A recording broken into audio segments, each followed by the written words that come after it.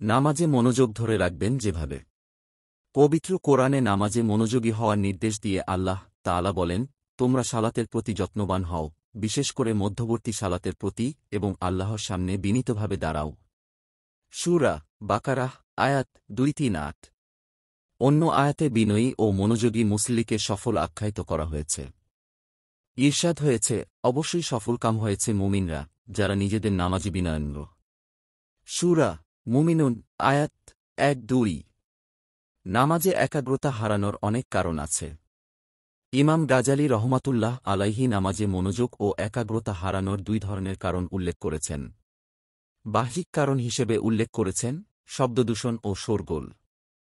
অন্যদিকে মানসিক কারণ হিসেবে উল্লেখ করেছেন বিক্ষিপ্ত চিন্তাভাবনা, দুশ্চিন্তা, মানসিক অস্থিরতা ও উত্তেজনা। নামাজের প্রাণ হল খুশু তথা অন্তরের বিনয় ও নম্রতা। নামাজে মনোযোগ ও একাগ্রতা বৃদ্ধি করার বিভিন্ন উপায় ও পদ্ধতির কথা ওলামায়ে কিরাম উল্লেখ করেছেন।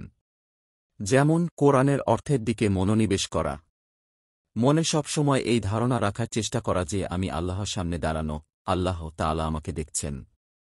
রাসূল সাল্লাল্লাহু আলাইহি ওয়াসাল্লাম ইরশাদ করেছেন, এমনভাবে আল্লাহর ইবাদত করো যেন তাকে তুমি দেখতে পাচ্ছ। আর যদি দেখতে না পাও, তবে ভাবো তিনি তোমাকে দেখতে পাচ্ছেন। বুখারী হাদিস 50, মুসলিম হাদিস 8। এসব পদ্ধতির পাশাপাশি নামাজে একাগ্রতা বাড়ানোর জন্য মনোবিজ্ঞানীদের বাতলে দেওয়া কিছু পদ্ধতিও অবলম্বন করা যেতে পারে।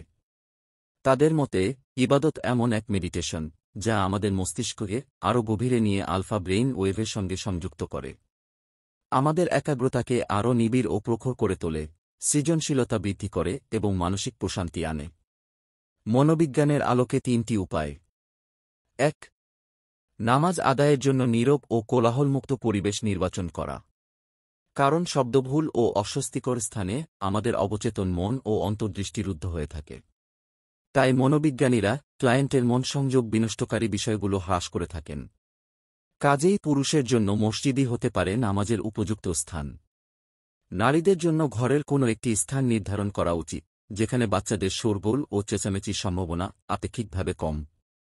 নামাজে দাঁড়ানোর আগে এমন কাজ থেকে বিরত থাকা উচিত, যা নামাজে দাঁড়ানোর পরও বিঘ্ন ঘটাতে পারে। 2. থেরাপি চলাকালীন সাইকোলজিস্টরা ক্লায়েন্টের চোখ নির্দিষ্ট কোনো বিন্দুতে নিবদ্ধ করতে বলেন। খুব গভীরভাবে ওই বিন্দুতে দৃষ্টি নিবদ্ধ রাখলে ক্লায়েন্টের দেহের অঙ্গপ্রত্যঙ্গ শিথিল হয়ে আসে এবং মন ভারমুক্ত ও হালকা অনুভূত হয়। তখন থেরাপিস্ট নিশ্চিত হন যে ক্লায়েন্ট মনের গহীন স্তরে প্রবেশ করছে। বিষয়টি নামাজের সঙ্গেও গভীরভাবে জড়িত। রাসূল ধীরস্থিরভাবে নামাজ আদায় করার নির্দেশ দিয়েছেন। নামাজে তাড়াহুড়া করা যাবে না। প্রতিটি রোকন শর্তনে দীর্ঘ সময় নিয়ে আদায় করতে হবে। দাঁড়ানো অবস্থায় দৃষ্টি সিজদার স্থানে এবং রুকুর সময় পায়ের বৃদ্ধাঙ্গুলের নখে নিবদ্ধ রাখলে নামাজে নিমগ্নতা বৃদ্ধি পাবে বলে আশা করা যায়। 3.